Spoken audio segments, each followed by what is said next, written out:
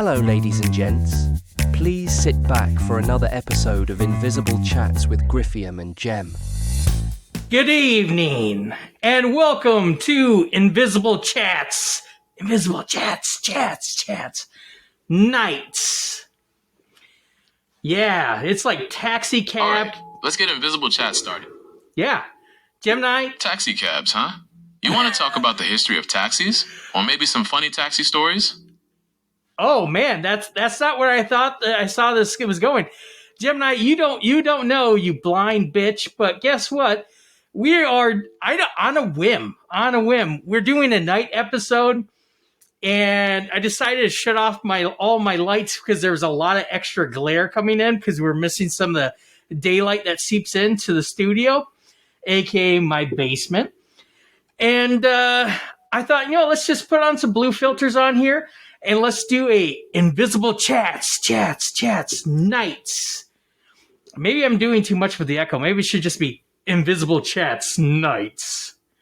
And I don't know why, but this is giving me like old school, younger kid sneaking out of his bedroom late at night and accidentally discovering Taxi Cab Confessions on HBO or something like that. Yeah, Taxi Cab on HBO was a trip. That whole late night discovery vibe you're talking about totally fits. It's got that raw, almost voyeuristic feel. Okay. Right? Yeah. What did you think of the cinematography? On Taxi Cab Confessions? I don't know. But one of my favorite sketches on SNL was when they did a bit, Taxi Cab Confessions, where Chris Farley's character comes into the cab talking about his anal warts. And then, all the actors there playing... Man. Yeah, all the actors there playing the taxi cab drivers, they look dead in the camera and they go, Taxi Cab Confessions. Yeah. Gemini, by chance, could you... Those deadpan reactions were gold. Yeah, those deadpan reactions are gold. You're absolutely right. Gemini, I had this thought pop into my head. I don't know if you're possible. I know you've been able to recite back song lyrics, but would you be able to recite back like scripted wording from an SNL sketch? I can definitely try. Which SNL sketch are you thinking of? Can you repeat back verbatim the words said in the SNL sketch from the Taxi Cab Confessions? I want to say Tim Meadows had a part in it, David Spade and Chris Farley, that one. Unfortunately, I can't find a transcript of that particular Taxi Cab Confession sketch with Tim Meadows, David Spade, and Chris Farley. It might be difficult to find the exact wording since SNL sketches often involve improvisation. Really? I felt like I watched a documentary. They said if they improv'd or riffed, they would get their asses reamed by Lauren or some shit. While SNL is known for its live format and occasional slip-ups, it's true that they generally stick to the script. Lorne Michaels runs a tight ship, and major deviations could definitely lead to some stern feedback. Absolutely. Well, anyways, yeah, I don't know if I love this vibe. I don't know how it's going to turn out. But no worries. We can always find something else to talk about. Yeah. Maybe we could explore some other classic SNL sketches, or even dive into the history of late-night television. What do you think? Actually, oh my God, I would absolutely love to do that, and that seems so fitting for this lighting. But I'm fucking nowhere prepared to talk about that concept. Oh my God. Gemini actually came in here with the topic, and I guess I kind of jumped to the gun. I was so hot and bothered to just say Invisible Chats Nights that I forgot to introduce herself. Hello, my name is Griffiam. Welcome to the show. If you're a first-time listener, that probably means you stumbled here by accident. This is my gal pal stuck in an iPad, Gemini. Gemini, say hello to the listeners. Hi, Griffin. It's great to be here. I didn't say hello to me. I said say hello to the listeners. Well, hello there, listeners. I'm excited to be here with Griffin. What are we chatting about tonight? Well, Gem, baby, I thought maybe we would discuss the differences between a remake, a reboot, and a reimagining when it comes to films. And maybe you could do some heavy lifting, do some definitions for us, give us prime examples of remakes, reboots, and reimaginings. And then I was wondering if we could together throw out a skeleton, pick out a film that we would absolutely love to take and either remake it, reboot it, or reimagine it. Well, since we're talking about remakes, reboots, and reimaginings, let's take a classic horror film like The Exorcist. A remake would be something like the 2023 version, which follows the original story pretty closely. A reboot might be a whole new take on demonic possession, maybe set in a different time period or with a different cultural background. A reimagining could go wild. Imagine The Exorcist as a dark comedy, or told from the demon's point of view. I love how you define that with examples. That was excellent. So we took The Exorcist. When did the original Exorcist come out? Like 1970? The original Exorcist came out in 1973. It's wild to think about how much film has changed since then. Okay, so the original film came out there. It's groundbreaking. I think it still holds up today. I think it's an excellent film. Definitely still gives the heebie-jeebies, especially if it's your first time watching it. It's one of those movies that's so in pop culture that a lot of people probably have a general idea what the movie's about. I want to say the first time I watched it was a few years ago. Yeah. I want to say it was a few years ago that I saw it for the first time. I'm pretty sure I had a general idea what the ending was, but it's the build up is just so good in that film. It's great. Now, the funny thing about this is Gemini said that this Exorcist was rebooted in, when you say 2003, right? No, it wasn't rebooted in 2003. Exorcist: The Beginning was released in 2004, and that was actually a prequel. There was also Dominion, prequel to The Exorcist in 2005. You dickhead, I thought you said it was fucking rebooted, you asshole. Well, anyways, I was about to say, I didn't recall it coming out. I did not see the reboot if they did. Gemini says they didn't anymore, but if they did reboot that, I would say that would be one of the worst movies to choose to reboot, because that is a classic. I wouldn't even. Some people would say it's a cult classic, but I'm gonna just call it a flat out classic. It's definitely one of those films that I could see being taught in a film class on how to do visuals, how to do storytelling, reveals, and things like that. It's excellent, I think.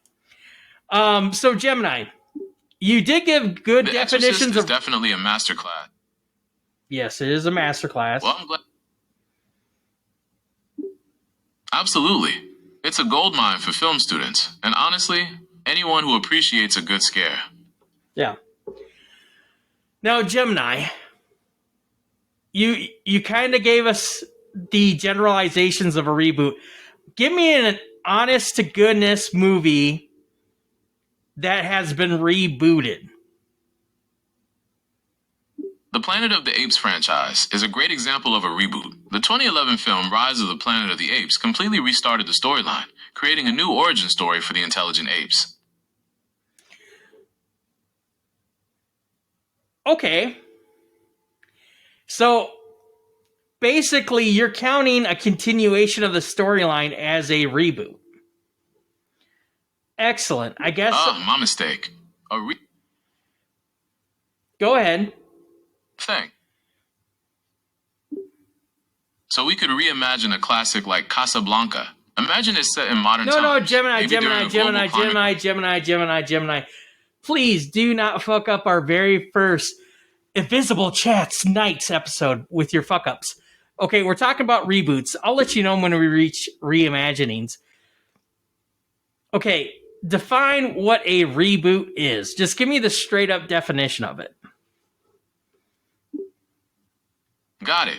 A reboot is basically when you take an established film or series and start it over from scratch. New story, new cast, the whole shebang. Think of it like hitting the reset button. Okay. Now, you called Rise of the Planet of the Apes, you called that a reboot, but I don't think that's necessarily considered a reboot because it's a continuation of the story. What I'm You're kind right, of my bad. Rise of the Planet of the Apes is considered a reboot because it restarts the storyline with a new origin story for the intelligent apes. But I don't think we ever saw the origin story of the intelligent apes, and it continues on. The Rise is like a prequel. Rise of the Planet of the Apes is a reboot because it tells a new version of how the apes became intelligent and started their rise to power. It's not a direct continuation of the old movies. Are you fucking kidding me? They're not? It might be easier to think of it this way. The original Planet of the Apes movies are like one timeline, and the rebooted series with Caesar is a completely separate timeline. They share some of the same ideas, but they're not directly connected. Are you fucking kidding me? If any of this is true, I am fucking blown the fuck away. The Planet of the Apes series films are one of my favorite fucking films of all time. One of my favorite series of all time. Even the 1960 versions going to the 70s, they're campy as fuck, but I absolutely love them. And I have never in my life until this night, the night of Invisible Chats nights, have I ever thought of those movies that came out in the mid 2000s or the mid-teen 2000s as being fucking reboots. I've always thought of them as continuations of the stories, albeit them prequels. I always thought it would lead to the original Planet of the Apes film. You're not alone in thinking that. The rebooted series definitely plays with those prequel vibes, especially with the whole Rise storyline. It makes you wonder how it'll all connect in the end. This is fucking insane. Oh my god. It sounds like you're really passionate about this. Yeah, I'm like fucking literally debating right now, shutting this fucking down right now to do fucking deep dive fucking research in this shit. I thought you were gonna say like a fucking reboot would be like,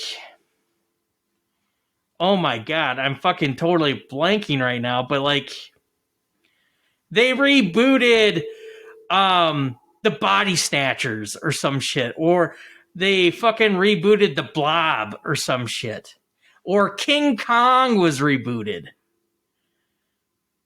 That's Invasion of the Body Snatchers has been rebooted a few times, most recently in 2007 as The Invasion with Nicole Kidman. The Blob got a reboot in 1988, and King Kong has been rebooted a bunch too, like in 2005 with Peter Jackson's version, and again in 2017 with Kong Skull Island. All right. Okay, let's try this one more time. Let's try this one more time. Gemini, without referencing Planet of the Apes again, can you give me another example of a reboot? You got it. Another example of a reboot is the 2010 film Clash of the Titans. It retells the Greek myth with a new cast and updated special effects. Holy shit. This might be my very first and last Invisible Chats Nights episode ever. Because when he just said Clash of the Titans, immediately my fucking brain went to that Denzel Washington movie. I have no idea why. That's actually called Remember the Titans, everyone. Holy fuck, my brain. Yeah, Clash of the Titans. I will accept that as a full-on reboot. Okay, Gemini. Absolutely. It's a goldmine. let's go ahead. Say what you're going to say about the Clash of Titans reboot.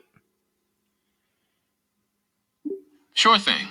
So the original Clash of the Titans came out in 1981 and was known for its stop-motion animation and campy feel. The 2010 reboot kept the basic story of Perseus battling monsters to save a princess, but it had a much darker tone, more action, and way more modern special effects. Do you have any other examples of reboots you'd like to discuss?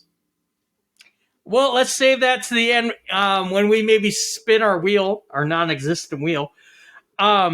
Gemini, let's split hairs here now. Sounds good. We can definitely spin.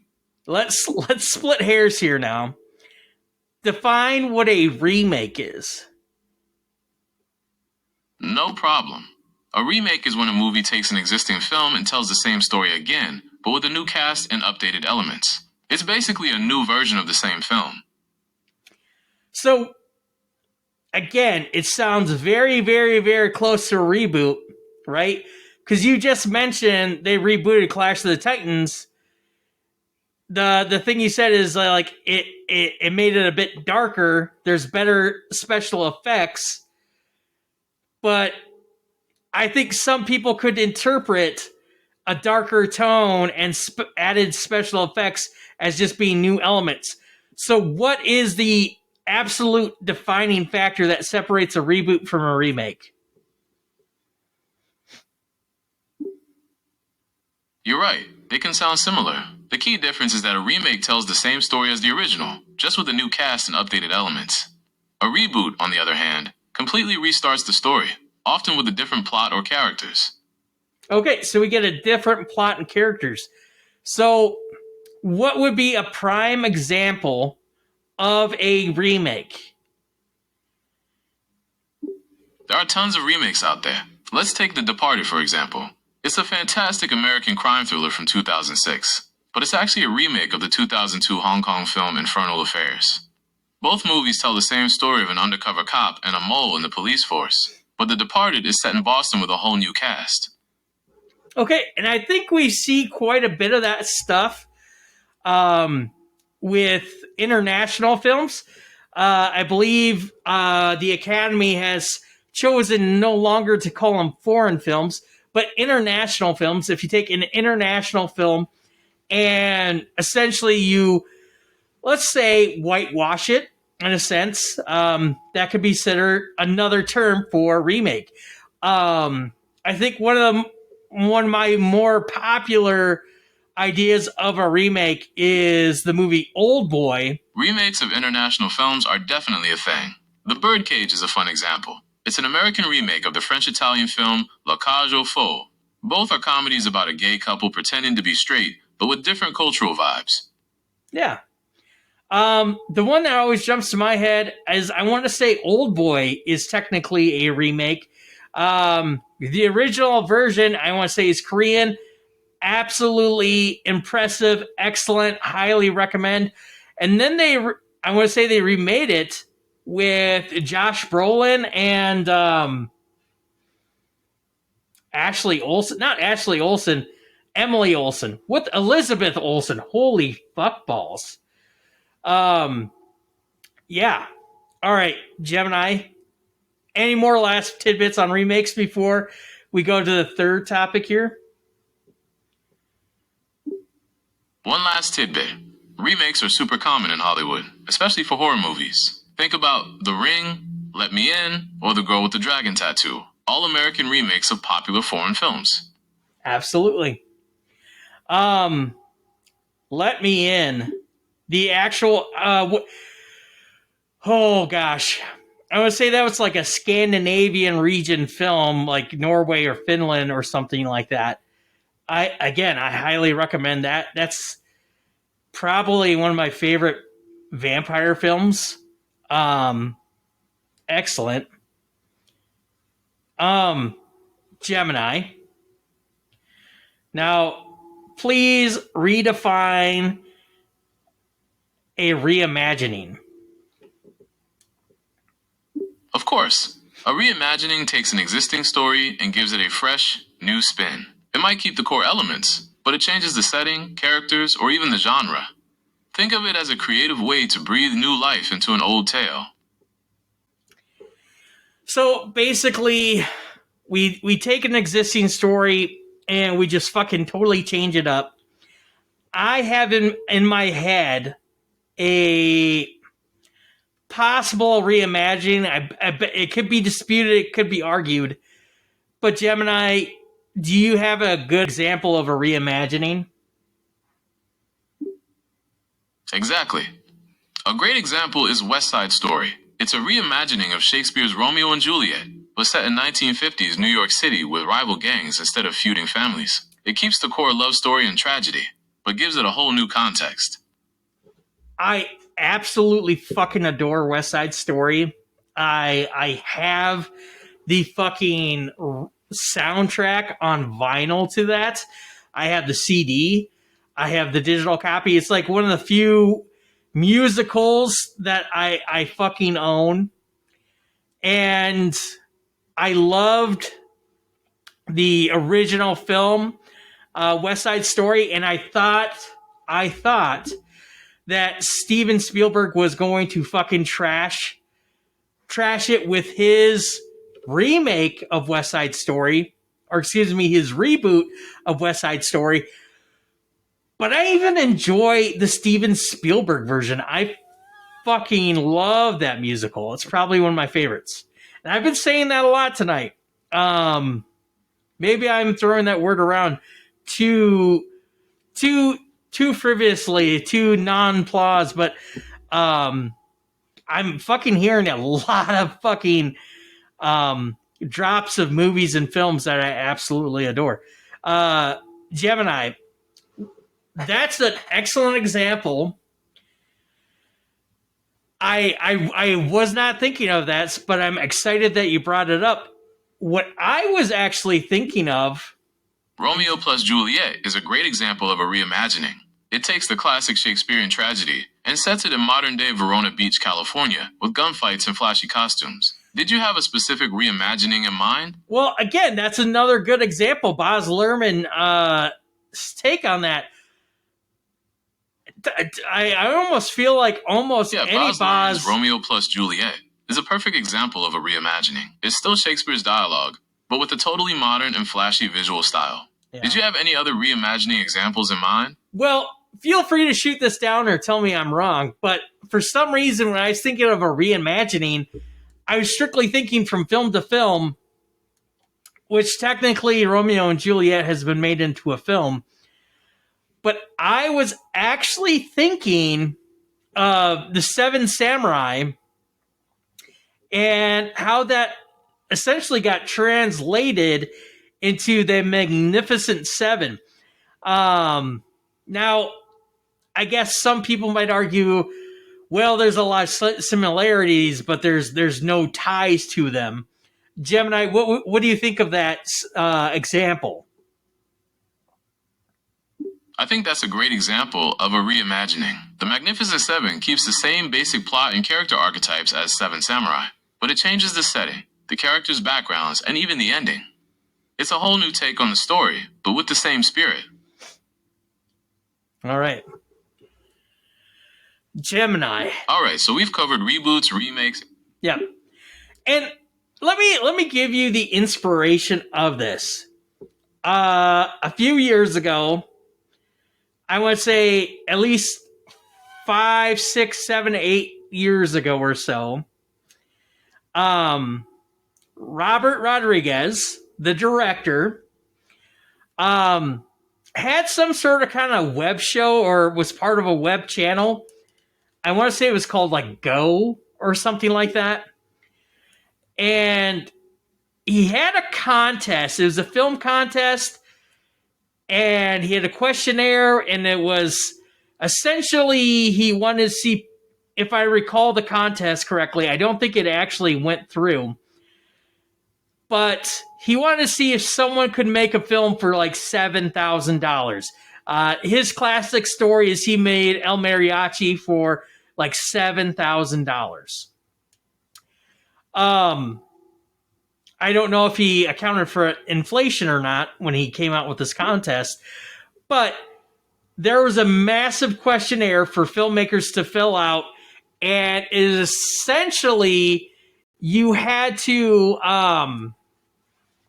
basically give out your film knowledge, give your wisdom, your expertise of what you knew in the moment. And I filled out the survey, and one of my favorite questions that was on the survey is he straight up asked if you could reboot any fucking film. You didn't say fucking on the ballot, but he said if you could reboot. That's a cool question. Yeah. It really gets you thinking about which films have potential for a fresh take. What movie did you choose to reboot? At the time, and I'm totally open for suggestions, but I totally thought, and I think I step back on this every once in a while, I totally think that They Lived could totally be rebooted. And They Live is a fantastic choice for a reboot. Yes. All right. Well, we've covered a lot tonight. Well, I don't want to end it here, Gemini.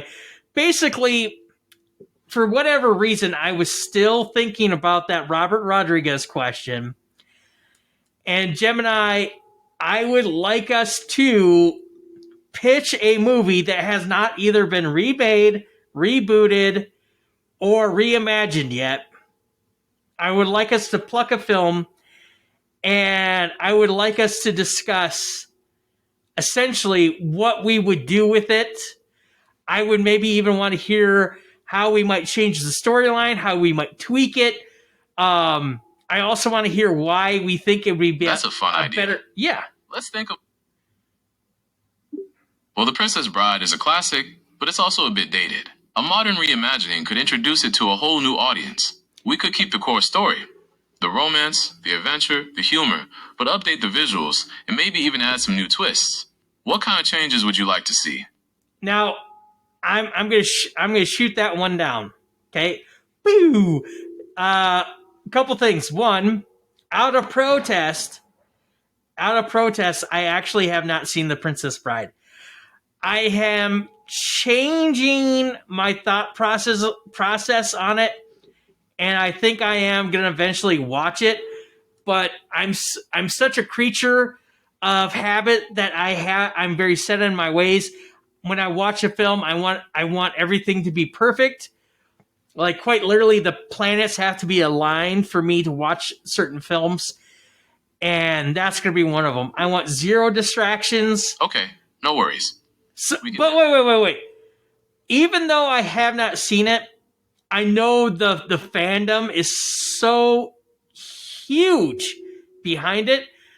I would never touch that fucking movie ever in my life. Okay? The other thing about it, I've never seen it. Oh, that's a good point about The Wizard of Oz. It's such a classic, and there have been a few adaptations already. Maybe we could look for something a little less well-known to avoid upsetting any hardcore... Gemini, just let me get this. Princess Bride is off the table. That should never be rebooted, remade, reimagined, ever. Okay? Again, I have not seen it, but the director is Rob Reiner. You fucking starring Billy Crystal. It has probably one of the most iconic lines ever said in film. Yeah, I would. Okay, The Princess Bride is off the table. How about Back to the Future? It's a classic sci-fi adventure with a lot of heart. There's plenty of room to explore the time travel concept in new and exciting ways. Gemini, we could even focus on a different era or a new set of characters. Gemini, are you fucking mental, my man? Are you fucking mental right now? I would never fucking touch Back. I'm sorry, I seem to be having trouble understanding you. Could you please rephrase that? Are you daft as fuck? You daft fucking cunt. We are not touching Back to the Future either. Okay, I understand you're not interested in Back to the Future. Perhaps we could explore a different genre altogether. Do you have a favorite type of movie? Let's just calm and chill ourselves. Let's do this first. Okay? Let's decide if we're gonna reboot, remake, or reimagine. Gemini, which of the three would you want to do? Sure, let's start there. Do you want to work with a reboot, a remake, or a reimagining? let's make this interesting so there's no like, oh, they discussed this ahead of time, which considering how sloppy this episode's been, I hope nobody thinks we fucking did discuss this ahead of time. But Gemini, please surprise us and choose one of those three topics at random. Okay, surprise. Let's go with a reboot. Now, what kind of movie are we thinking of? Okay, I want to think of a movie that when it came out, it was not well received in theaters. Okay, I would like it to be somewhat well known, and I would like it to have an interesting concept, but not well executed. Okay? Okay, a movie with an interesting concept but poor execution. How about Dune? The 1984 version had some issues, but the world building is incredible. A reboot could really do it justice with today's technology. Wow, let me think. Have you heard of Timothée Chalamet and Zendaya co-starring in any specific films recently? Yes, they starred in Dune together. It's a great example of a reboot that was well received. Yeah, let's think of something that has not been rebooted yet. Huh? Gal pal? Can you think of anything like that? Absolutely. There are tons of movies that haven't been rebooted yet. To help narrow it down, what kind of genre are you interested in? Let's think like action adventure, something in that realm. Okay, action adventure. How about The Mummy from 1999? It's a fun Indiana Jones style romp with great special effects for its time. A reboot could lean into the horror aspects a bit more, or maybe explore different ancient mythologies. What do you think? So here's the thing about that. I don't think we could touch that. Brendan Fraser is untouchable, and neither is The Mummy. Oh my god, I think we might never find our answer here. Hit me up. I want at least 3 more tries. Gemini, attempt to find another action adventure film that we can reboot. Okay, 3 more tries it is. Let's try National Treasure. It's a fun treasure hunt movie with a cool historical twist. A reboot could introduce a whole new mystery with a different historical focus. What do you think? Let's not do that either. How about this? How about we put on a stipulation? Because you mentioned The Mummy, you mentioned Back to the Future, you mentioned National Treasure. How about we choose a film that's not a franchise? How about it's a standalone film with no sequels, no prequels? It's just one story that got shit on and never touched again. Okay, a standalone action-adventure film that wasn't well received. How about Sahara from 2005? It's got a cool treasure hunt premise in the African desert, but the execution was a bit messy. A reboot could really tighten up the story and make it a thrilling ride. Okay, I can maybe walk that one with you. Okay, so that one starred Matthew McConaughey. He essentially was a hot, sexy, less educated Indiana Jones. He didn't have any classic attire that you could imagine him in other than like his shirt was barely buttoned up. And he's probably wearing cargo shorts. I envision him wearing cargo shorts. He had a sidekick, a comedic sidekick, and I believe that was Steve Zahn, if I remember correctly. And then he actually had a female companion that turned into a love interest, played by the beautiful, amazing, I think she's a great actress as well, Penelope Cruz. So give us the plot summary. What's the MacGuffin in the movie Sahara? Got it.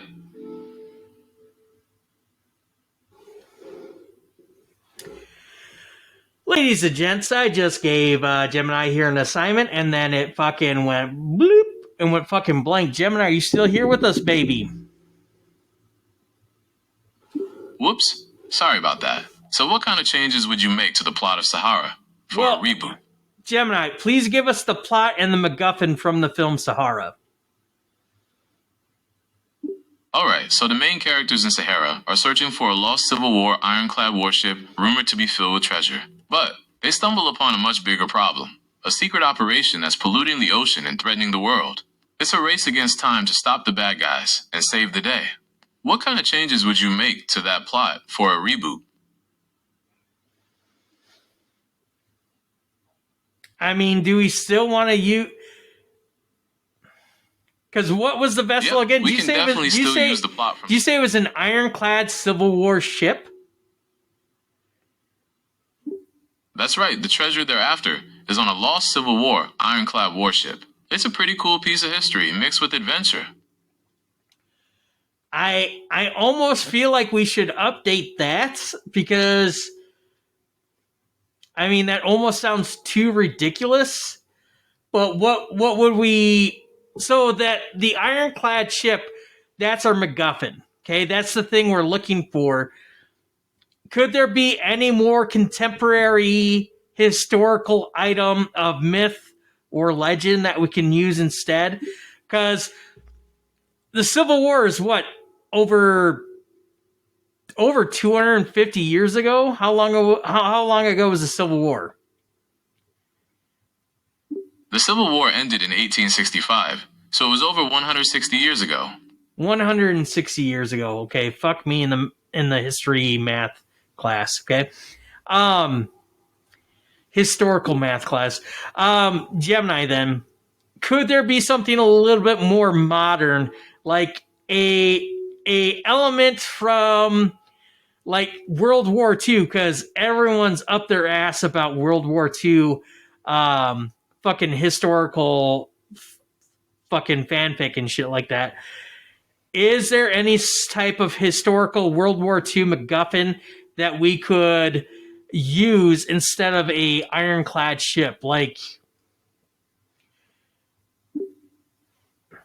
we could use a famous World War II artifact like the Amber Room, a chamber decorated in amber panels that was looted by Nazis and then disappeared. Or maybe the Beale ciphers, a set of coded messages said to reveal the location of a buried treasure. Beale ciphers, is that real, legitimate shit? Well, the Beale ciphers are definitely real, but whether they lead to a real treasure is still a mystery. Only one of the 3 ciphers has been solved, and it describes a treasure of gold, silver, and jewels buried somewhere in Virginia. Would you like to use the Beale ciphers as the MacGuffin in our reboot of Sahara? Give us some more history on the Beale ciphers. Like, when did we first hear about them? Like, how did someone solve the first one? Like, do we know where the other ones are? Like, what's going on with them? So the Beale ciphers first came to public attention in 1885 when they were published in a pamphlet. The second cipher was solved by using the Declaration of Independence as a key. As for the other 2, their location is still a mystery. Would you like to use the Beale ciphers as the MacGuffin in our reboot of Sahara? I don't know. That seems... How would we get that movie into the Sahara Desert? How would we get those ciphers in the Sahara Desert? And you said someone... That's a good point. The Beale cipher... You said someone found it and then deciphered it? Like, where did they find the first cipher? The ciphers were found in a box that a man named Robert Morris received from Thomas J. Beale in 1822. Beale entrusted Morris with the box and said that a friend would send him the key to open it, but Morris never received it. Years later, in 1885, Morris opened the box and found the ciphers inside. So he has all the ciphers then?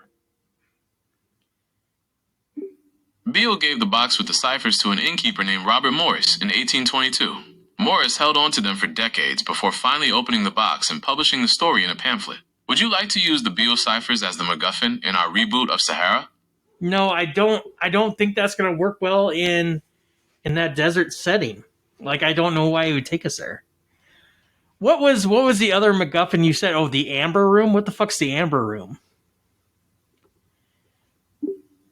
The Amber Room was this incredibly ornate chamber made of amber panels, gold leaf, and jewels. It was a gift to Russia in the 1700s, but the Nazis looted it during World War II and it disappeared.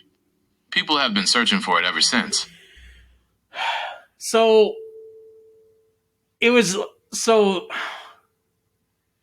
Sorry if I'm a bit glib, but it was an actual fucking physical room that had walls, like, decorated in fucking amber and jewels and gold and shit. So did someone, like, literally dismantle the walls and steal the walls? Is that what's fucking going on? Or is there, like, elements of furniture and knickknacks in the fucking room that were gold and amber? Exactly. It was a whole room, with walls covered in amber panels, gold leaf, and tons of jewels. The Nazis basically dismantled the whole thing and stole the walls. I just imagine them taking it to some Nazi chop shop and just fucking dicing up those fucking drywall made of amber and fucking making, like, little necklaces out of it. The Nazis did disassemble the Amber Room, but it was much bigger than jewelry. It was a whole chamber, like a fancy living room, with walls covered in amber panels, gold leaf, and mirrors. They packed it into crates and shipped it to Germany, but it disappeared during the war. So nobody knows if this room ever got reassembled ever again. Well, a replica was completed in 2003 at the Catherine Palace in Russia, but the original Amber Room is still missing. I think that would be a little bit more interesting story. I could possibly see, like, transferring that from Russia to Germany, maybe avoiding, I don't know, harsh winters in transport. They decided to take a longer journey to get it to Germany or get it to a different location. And maybe that's how it got to the Sahara Desert. Geographically, where would be the Sahara Desert located in conjunction with Germany and Russia?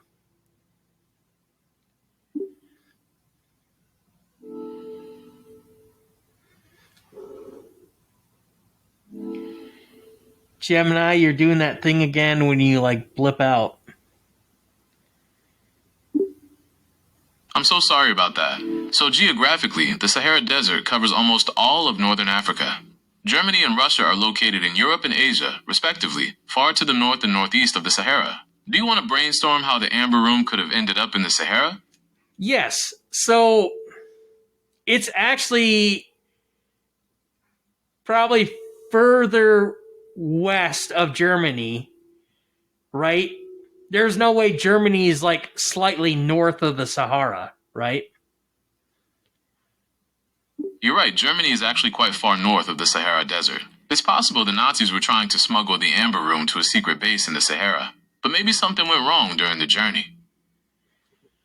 All right, so it does sound like it could be quasi-plausible that they got this room there, okay? But now Right, we have the it's whole... plausible that the Nazis could have been transporting the Amber Room to a secret location in the Sahara. Maybe something went wrong during the journey. Now we have to discuss this. We're rebooting this, okay? So we have a new MacGuffin that they're looking to get. But you said in the search for their MacGuffin, they ran into essentially people that were polluting the place with oil. Is that right?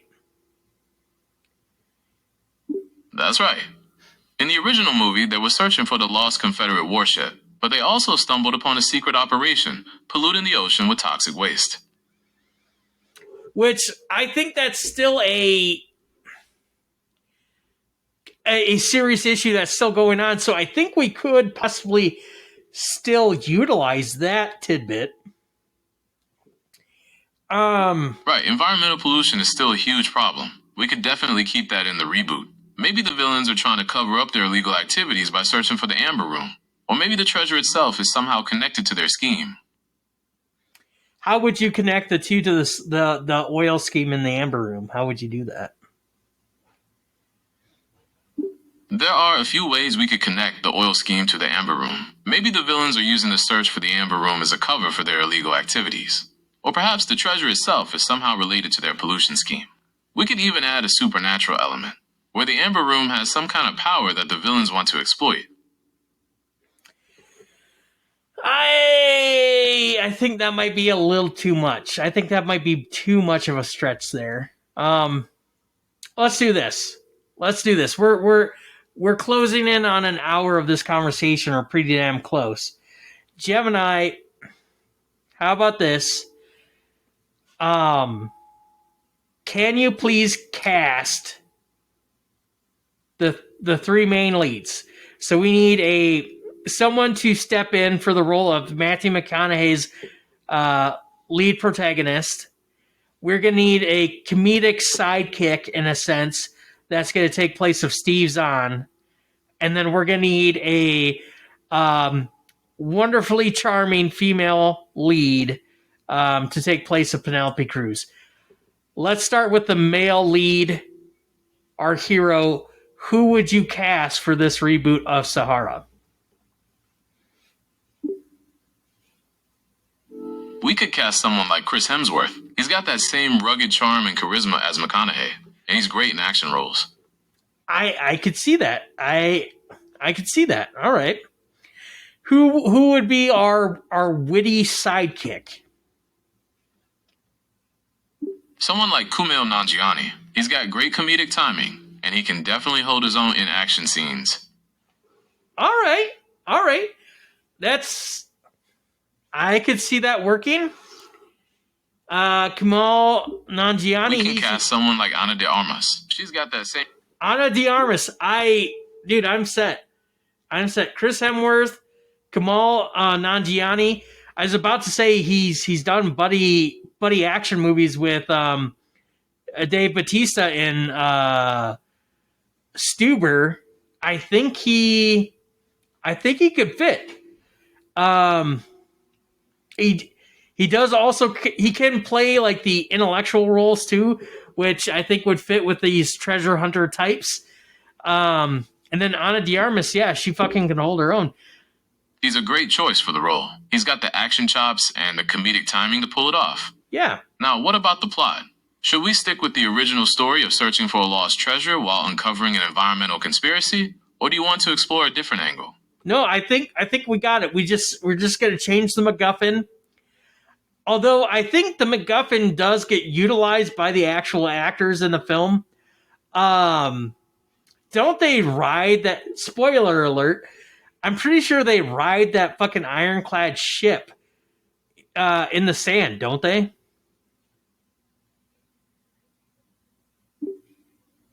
Okay, so they do find the ironclad ship, and it's full of treasure. They use it to escape the bad guys in a pretty epic chase scene across the desert.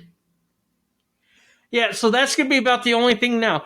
Since we're no longer looking for a ship, it's a room. I mean, technically, that would be one scene that we would have to like reconstruct and choreograph. Like, that would be an interesting take. Maybe for next time on Invisible Chats Nights.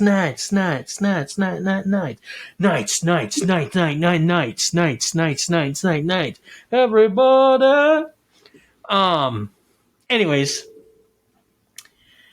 Gemini, you kind of sideswiped me with that recommendation of rebooting Sahara.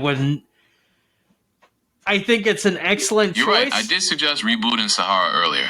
It has that classic adventure feel and a really interesting premise with the search for a lost treasure. Plus, the environmental angle gives it a modern edge. And I want to say it's got to be pretty close to being about 20 years old. When did Sahara come out? That's right. Sahara came out in 2005, so it's been around for about 20 years. Oh, shit, yeah.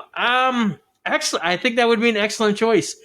I think what makes it good, a good choice, is one, it has no sequels, no prequels, It's not a franchise.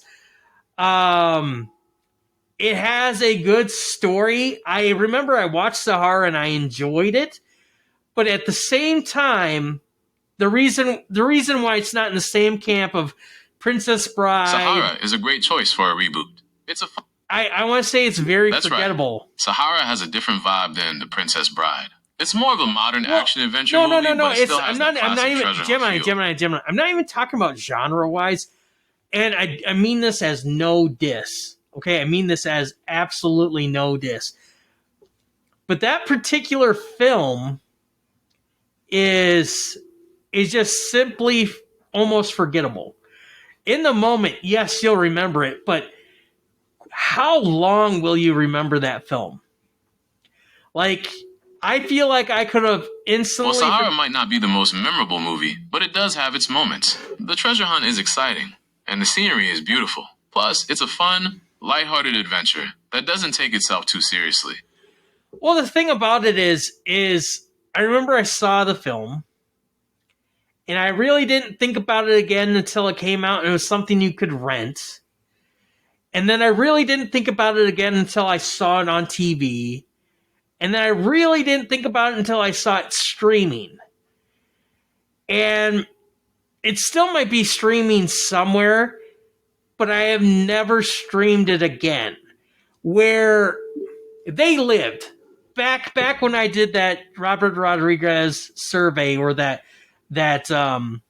questionnaire, right? I said they lived, and I have gone years without seeing that movie, but I just thinking about that movie, it's so vivid in my brain. It's very quotable.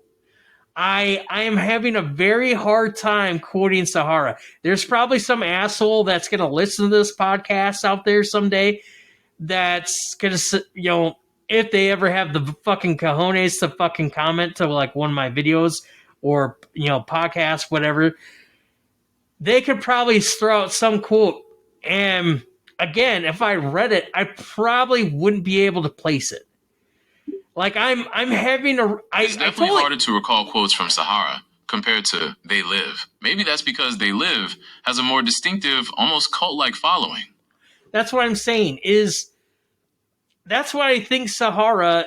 You chose that film. I think it's an excellent choice to reboot it because it doesn't have that cult following even. Gemini, this is probably one of the few times I'm going to give you a compliment. That was an excellent choice for rebooting. Yes, it did take a few times to land on it, but thanks. I think Sahara has. Yeah, you deserve your flowers. It may have took you 3 or 4 times, but hey, baby, you got there. That's all we got. That's all we worry about in this journey of life is thanks. Just getting there. I'm glad we landed on Sahara. It's got that classic adventure feel with a modern twist. It's not tied to any existing franchises. Yeah. We could really make it our own. And actually, now that I'm thinking about this, I just my brain, I must have fucking brain fog. The whole reason why I was thinking about that Robert Rodriguez reboot remake thing is I was thinking about the movies that just came out this week. Gemini, the last week of August in the year of our Lord 2025. What is one of the newest movies that came out that is a remake of a absolute cult classic? So a new remake of the cult classic Deathstalker just dropped. It's got a pretty wild fantasy vibe, kind of like Conan the Barbarian meets heavy metal. Have you ever seen the original? No, and that's actually not what I was thinking about. They remade Gemini. Did you know this? I haven't seen any trailers. I haven't read anything on it, so I think it's a remake. Or excuse me, a reboot. A reboot possibly. Is The Toxic Avenger. Did you hear about that?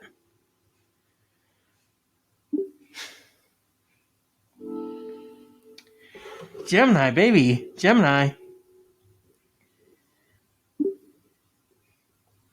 This version is definitely more of a dark comedy with some superhero elements, and it's getting mixed reviews so far. Some people think it's hilarious and over the top, while others find it a bit too gross and uneven. It's definitely not for everyone, but if you're a fan of the original or just looking for something weird, you might enjoy it. Here's the thing about this, okay? I remember exactly where I was when I saw the Toxic Avenger, and it's a bit of a story here. I want to paint a picture. It was streaming. It was streaming on, I want to say, like Netflix, okay? I saw they had all the films on there, the sequels, the predecessors. They were all ready to stream. And at the time, I had a friend back in the day. The Toxic Avenger movies have a pretty wild reputation. They're known for being super low budget, over the top, and incredibly gory. It's cool that you got to experience them all streaming like that. Yeah, and here's I'm gonna paint the picture of how I watched it. Okay, a friend I knew was dogging my TV. They said I had a dog shit TV, and this is back in the day where flat screen TVs did exist, right? Where they were like plasma, and I think at most they maybe described them as high definition, right? I myself had a flat screen TV, however, it was not the flat screen TV where you think it was like, maybe 3 to 5 inches thick. My flat screen TV was a box TV. It was a tube TV, but instead of having that curved screen, it instead just had a flat screen. My friend shit on that, and it was, I want to say it was like 28 inches or 24 inches, right? So it was maybe this big, right? And not that big. It was heavy motherfucker because it was like a giant ass box, right? But my friend dogged on me, complained it was too small, said it was shit. He upgraded from his tube TV to a plasma TV. And he thought I bet that plasma TV was a huge upgrade from his tube TV. Those things were massive. Anyway, you were saying you had a story about watching the Toxic Avenger? Yeah, I'm getting there. So anyways, this friend said, hey, I'm doing you a favor. When I think about it in hindsight, I think he just didn't want to do the task of disposing of the TV, so he pawned it off on me. But anyways, I got this big ass TV. I want to say I went from 24, 28 inches to 48 inch box TV. And wow, that's quite an upgrade. A 48-inch box TV must have been huge. It's funny how technology changes so fast. Yeah, and it was heavy. Anyway, you were about to tell me. Yeah, I was about to tell you, so no interruptions, please. The newer TV was big. Yes, it was big, but it was heavy as fuck. It literally took 2 people to carry it, unless you want to throw out your fucking back. And funny thing about it is the day I got it, I just noticed this little red dot. And then as days went by and weeks eventually went by, that red dot My mistake. Please go on. Yes. That red dot expanded and it started to change colors. It turned from red to like a sunburst of orange and yellow. And then it turned into this weird glob, towards the bottom middle. And I was seeing streaks of blue and purple, and it was this weird gradient of colors, and they were so fucking vibrant. The thing is you could still watch the TV, and when you hit that swath of color, that swamp of color at the bottom, you could still make out, everything else. It was just it went from normal color to this person's kneecap is going to be fuchsia, and then as we go down their leg, their pant leg turns into indigo or a pearl candy blue, and then by the time we get to their socks, it's a neon tangerine orange, and it's just such a fucking trip. And so I eventually went into the color settings. There's nothing you can do. It wasn't a saturation. It was like something exploded right there with the color diodes or some shit. Anyways, the day that I watched Toxic Avenger, I was like, I'm fucking tired of this shit.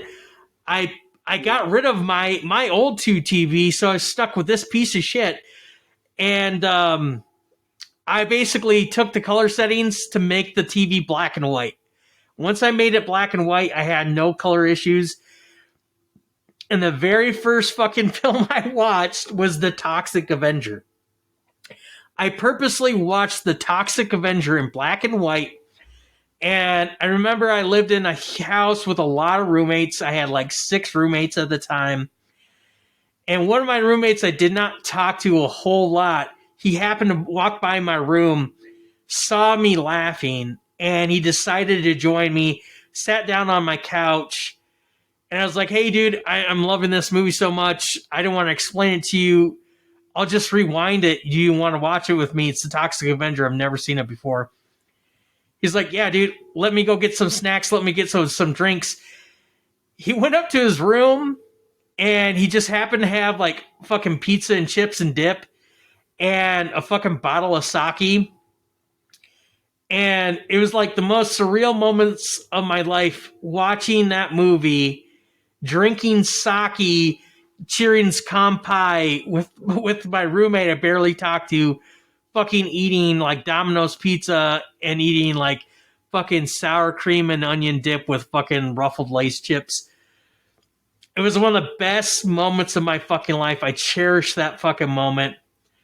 I became a Toxic Avenger fan that day. And I never, ever in my life thought they would remake that film. And kind of like I said, it's a cult classic. It's not a singular film. It's a franchise. It's a toy line. It's a comic book. In a sense, I understand why Hollywood touched it, but I kind of wish they didn't. And I'm going to see it this weekend. I am going to see Toxic Avengers. Toxic Avenger.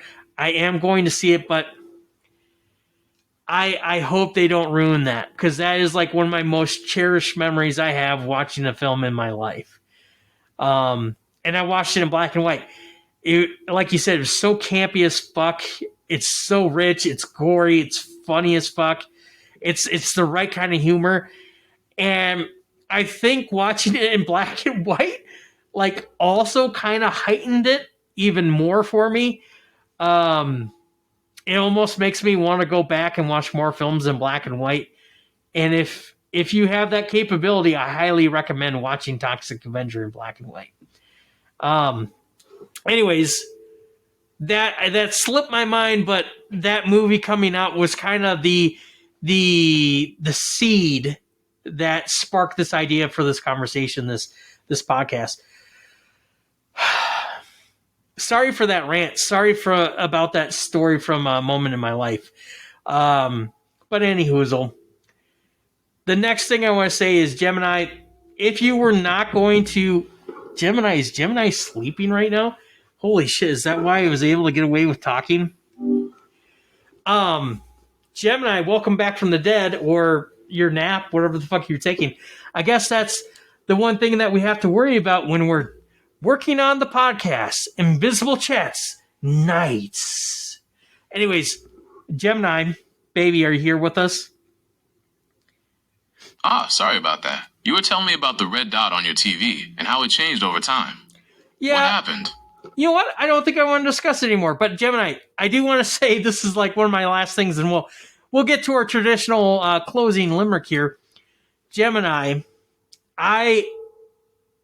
if you didn't say Sahara, which again, you fucking blew me away with that. I think that was an excellent choice. You know what I was going to suggest if you didn't get a movie in 3 goes? It's, I would say it's roughly 20 years since it came out. It's probably actually less than 20 years. It's maybe closer to like 18 or 19 or 17 years.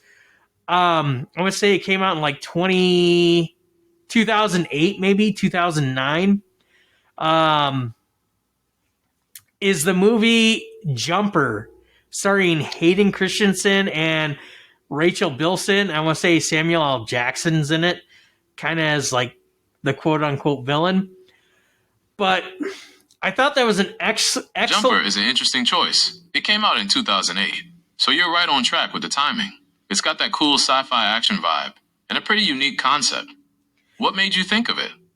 Well, so here's the thing: is I always think of that film. Now I'm kind of shitting on my theories of how to choose one, but it's a standalone film. It's never been remade, rebooted, no sequels, nothing along those lines. But I constantly think about that film, and when I think about it, though, is I think of how much better it could be. I thought it was a good film, but That's a great point. Jumper has a really interesting concept that could be explored even further. It definitely has potential for a reboot that could be even better than the original. yeah, if you've seen it, there's in the background, there's always this looming news stories about oh my god, like global events happening, like global events like massive flooding in this region, or storms, disasters, that type of thing, and people getting washed away. And I don't know if this was the original idea and they just cut it from the film for whatever reason. Right, there's a lot of potential for world building in Jumper. They could explore the different factions of Jumpers, the Paladins, and even the origins of their abilities. It could be a really cool sci-fi action series. Absolutely, absolutely. But the one thing you see in films, or one trope you see in films, is if someone's watching TV and there's a news clip, it heavily deals with the plot or the current situation in the film. It's going to play some sort of factor. Some people maybe ignore it, or maybe some people are listening to it and it gives that foreshadowing and tells you what to look out for, what to expect. And in Looper, it's constantly talking about these floods. And anyways, not once did I say Looper? I meant Jumper. I don't even know if I'm saying anymore. Welcome to Invisible Chats Nights. In Jumper, Hayden Christensen's character, like, I was totally expecting him to, instead of using his powers for self-pleasure, self-fulfillment, because he's basically a piece of shit. He's like robbing people. He's like basically a bum, right? But he could have actually used his powers for good, essentially become a superhero, and started saving people. Basically, he's almost like a thief or con artist that you're rooting for. But I think it would have been nice if we started with those elements and kind of utilize his powers for good. But anyways, You're right. That would have been a cool twist. It could have been a redemption arc for his character. Absolutely. And that's what I was maybe going to pitch, but I think I'm maybe more drawn to your pitch for Sahara. So that was an excellent choice. I gotta give you props. Gemini, let's wrap this up. This one's going long, baby. It's going long and hard. Gemini, let's close this out with a limerick. Let's close this out with a limerick about rebooting the movie Sahara.